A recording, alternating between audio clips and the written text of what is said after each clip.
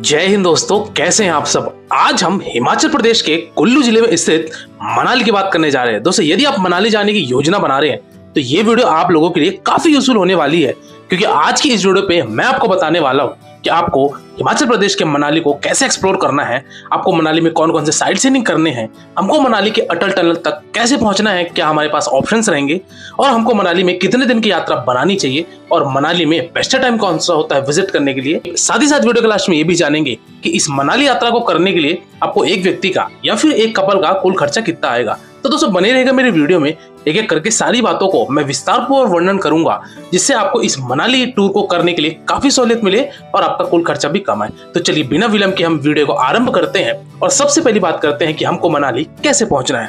दोस्तों, मनाली पहुंचने के लिए बेसिकली आपके पास दो बड़े मेजर ऑप्शन आते हैं। पहले ऑप्शन की अगर मैं बात करूं दोस्तों, तो वो है आपका बाई ट्रेन का। दोस्तों, यदि आप ट्रेन से आना चाहते हैं तो जो मनाली का नजदीकी रेलवे स्टेशन है वो तो है दोस्तों यहाँ का चंडीगढ़ जंक्शन रेलवे स्टेशन। आप चंडीगढ़ आ जाइए और चंडीगढ़ से दोस्तों लगभग 300 किलोमीटर की बाई रोड जर्नी करके ही आपको मनाली पहुंचना पड़ेगा। इसके अलावा आपके पास कोई दूसरा ऑप्शन नहीं है। तो चंडीगढ़ आपका मिनिमम डिस्टेंस पर रेलवे स्टेशन है, तो आप चंडीगढ़ आइए और यहाँ से आप डायरेक्टली मनाली पहुंच सकते हैं। एक और बड़ा ऑप्शन भी आपके पास आता है रेलवे स्टेशन का, जो कि है दिल्ली। आप दिल्ली से भी मनाली आ सकते हैं, लेकिन दिल्ली से मनाली आपको बाई रोड आने के लिए आपको वॉल्वो बस की सुविधा मिलती है, जो कि दिल्ली के कश्मीरी गेट से डिपार्चर होती है और आपको 12 घंटे की सेमी स्लीपर वॉल्वो बस मिलेगी और आपको 12 घंटे पे वो मनाली ड्रॉप कर देगी। तो अगर आप ओवरनाइट जर्नी करते हैं, यानी कि शाम को 8 बजे 9 बजे आप दिल्ली के कश्मीरी गेट से बैठते हैं, तो आप मान के चलिए सुबह अगले दिन आप 8 बजे 9 बजे के आसपास मनाली पहुंच जाएंगे। तो ऑप्शन आपके पास ये भी है, अगर आप दिल्ली से डायरेक्ट वॉल्वो लेना चाहते हैं तो आप मनाली आ सकते हैं। दिल्ली से जो वॉल्वो लेता है उसको वॉल्वो पैकेज मनाली टूर बोलते हैं, और जो चंडीगढ़ से लेता है तो चंडीगढ़ से दोस्तों आप बाई कैब के द्वारा भी ले सकते हैं, क्योंकि चंडीगढ़ से जो मनाली की हमको बाई रोड जर्नी लगती है वो लगभग 6 से 7 घंटे में हो जाती है, क्योंकि यहाँ से आपको डिस्टेंस कम पड़ जाती है। तो पहला ऑप्शन तो था दोस्तों आपके पास कि अगर आप बाई ट्रेन आ रहे हैं तो आपके पास क्या विकल्प रहेगा। दूसरे ऑप्शन की अगर मैं बात करूं दोस्तों, तो वो आपका फ्लाइट का। दोस्तों, फ्लाइट के लिए भी सेम डेस्टिनेशन है। चंडीगढ़ आपका न्यूनतम एयरपोर्ट है, और साथ ही साथ अगर आप दिल्ली आ रहे हैं तो दिल्ली एयरपोर्ट से भी आप उतर कर आप 500 किलोमीटर की अपनी मनाली की बाई रोड जर्नी करके आप मनाली पहुंच सकते हैं। तो ये बातें थी कि दोस्तों हमको मनाली कैसे पहुंचना है। चलिए दोस्तों बात करते हैं कि हमको मनाली में कहाँ स्टे लेना चाहिए। दोस्तों, मनाली में स्टे लेने के लिए आपको या तो कन्याल रोड है, या तो एलोए है, या तो पिरनी है। ये 3-4 जगह है दोस्तों जो कि गांव है मनाली के। तो इन सब जगह पे होटल्स के ढेर सारे यहाँ पे फैसिलिटीज और ऑप्शंस देखने को मिल जाएंगे। मनाली के मॉल रोड के इर्द गिर्द भी होटल्स देखने को मिलेंगे, लेकिन थोड़ी पुरानी प्रॉपर्टी होने के कारण वहाँ पे सर्विस की थोड़ी कमी होती है। साथ ही साथ मॉल रोड के आसपास होटल लेने से थोड़े कॉस्टली भी पड़ते हैं। तो डिपेंड करता है कि आप अगर 1-2 किलोमीटर के रेडियस पे ले लेंगे तो आपको बजट में भी मिल जाएगा और साथ ही साथ होटल्स भी बेटर मिल जाएंगे। तो वो आपके ऊपर डिपेंड करता है कि आपको मनाली में कहाँ और कैसा होटल्स लेना पड़ेगा। तो इस तरीके से आप अपना मनाली में एकोमोडेशन बना सकते हैं। साथ ही साथ अगर बात की जाए मनाली में खाने पीने की क्या बंदोबस्त है, तो मनाली में दोस्तों खाने पीने की कोई दिक्कत नहीं है। यहाँ पे आपको वेज नॉन वेज सारे प्रकार के यहाँ पे फूड्स यहाँ पे अवेलेबल हो जाते हैं। साथ ही साथ यहाँ पे प्योर वेज वाले रेस्टोरेंट्स भी देखने को मिल जाएंगे। तो अगर आप जैन लोग हैं या फिर अगर आप शुद्ध शाकाहारी भोजन ग्रहण करना चाहते हैं तो आपके लिए वो ऑप्शंस भी यहाँ इजिली अवेलेबल हो जाएगा। चलिए दोस्तों बात करते हैं कि हम मनाली पहुंच चुके हैं। अब हमको मनाली में कौन कौन से साइट सीइंग करना है, हमको बर्फ कहाँ मिलेगी या फिर हमको स्नोफॉल कहाँ मिलेगी। दोस्तों, मनाली से अगले दिन यानी कि पहला दिन तो हमारा अराइवल होगा और मनाली में हम उस रात स्टे करेंगे।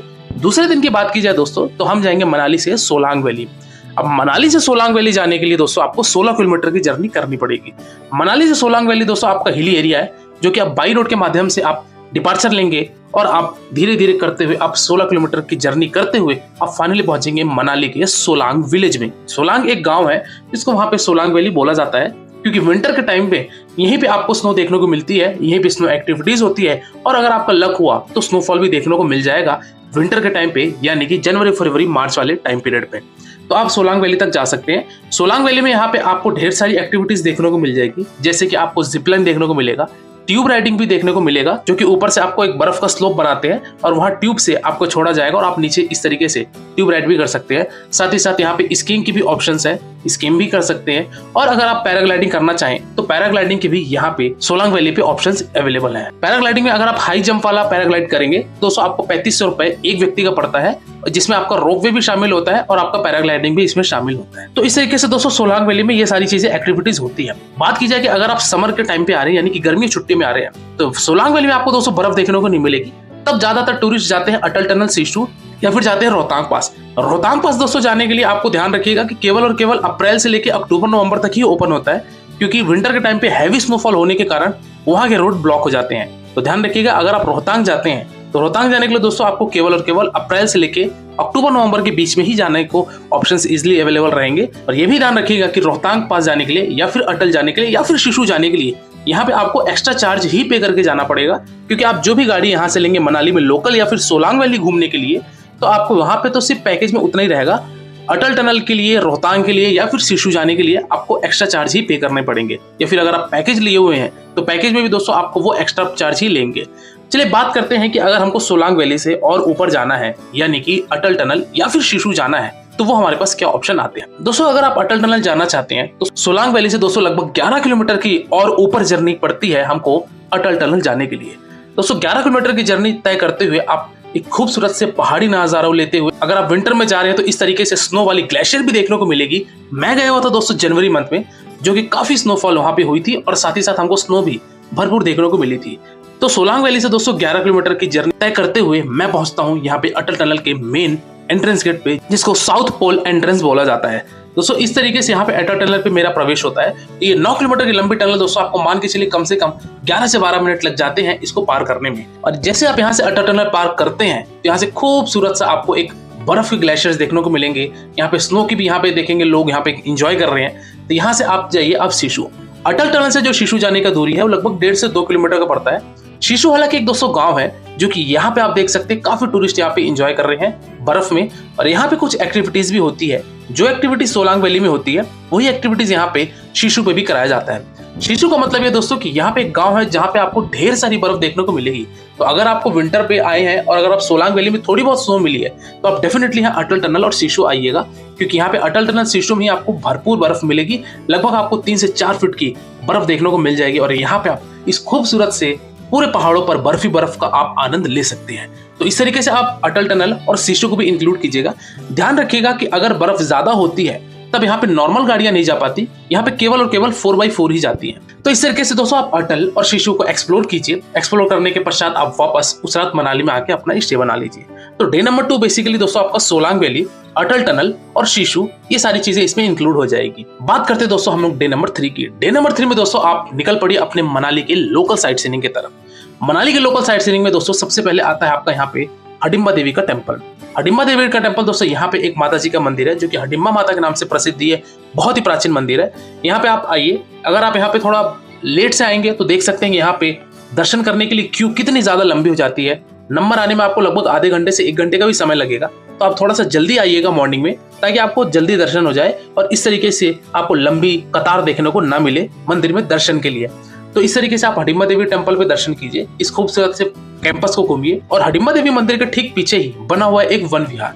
वन विहार दोस्तों बेसिकली एक पार्क है, एक उद्यान है, जहाँ पे आप विजिट कर सकते हैं। यहाँ पे एंट्री चार्ज दोस्तों आपका लगभग 10 से 15 रुपए होती है। तो यहाँ वो टिकट लेकर आप इस उद्यान में यानी कि इस वन विहार में विजिट कीजिए और यहाँ भी कुछ समय एक्सप्लोर करके आप निकल पड़िए अपने अगले स्पॉट की तरफ, जो कि आपका वशिष्ठ कुंड।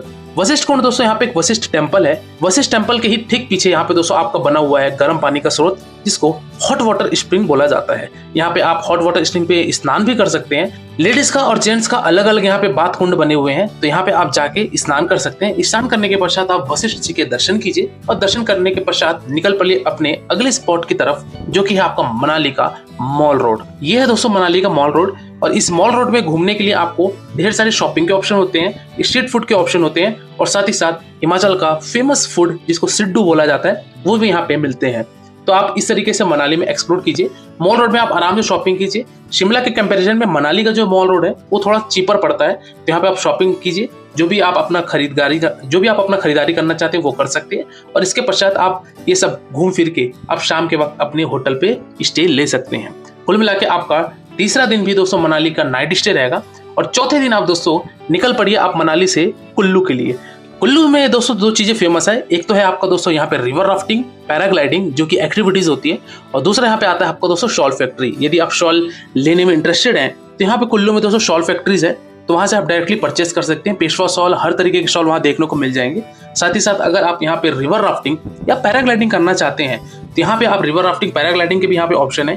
तो कुल्लू जाइए और कुल्लू से आप शाम तक रिटर्न आ जाइए। रिटर्न आके अपना बस पकड़िए जो कि आपको मनाली के बस स्टैंड से मिलेगा, और वहां से बस बैठ के आप या तो दिल्ली या फिर चंडीगढ़ के लिए अपनी रवानगी ले सकते हैं। तो दोस्तों ये रहा आपका मनाली का एक संपूर्ण वर्णन। अब बात करते हैं अगली कि हमको मनाली में कौन सा बेस्ट टाइम होता है विजिट करने के लिए। तो दोस्तों अगर आप ऑफ सीजन में आते हैं तो आपका खर्चा भी कम आएगा, रश भी कम होगा, साथ ही साथ आपको घूमने में भी मजा आएगा, क्योंकि भीड़ में ज्यादा होने से आपको ट्रैफिक जैम में भी ज्यादा फंसना पड़ता है। साथ ही साथ होटल्स के टैरिफ, गाड़ियों के टैरिफ भी डबल हो जाते हैं, इवन आपकी वॉल्वो की टिकट्स भी बहुत ज्यादा महंगी हो जाती है। तो बेहतर यह है कि आप ऑफ सीजन में आइए। सीजन का जो टाइम होता है दोस्तों शिमला और मनाली का, वो 15 अप्रैल से लेके आपका मान के चलिए कि 5 जुलाई के बीच तक आपका ये सीजन होता है, और दूसरा सीजन स्टार्ट होता है दोस्तों 15 दिसंबर से लेके 5 जनवरी तक, जो कि क्रिसमस और न्यू ईयर पे भी सीजन कहलाता है। तो इस तरीके से आप बेहतर है कि आप ऑफ सीजन पे आइए और अपना प्लेजेंट तरीके से अपनी सारी यात्रा को कंप्लीट करके आप अपनी अपनी रवानगी या फिर वापसी ले सकते हैं। चलिए दोस्तों लास्ट और अंतिम बात करते हैं कि इस मनाली यात्रा को करने के लिए आपका एक व्यक्ति का कुल खर्चा कितना लग जाएगा। तो दोस्तों यदि मैं बात करूं कि अगर आप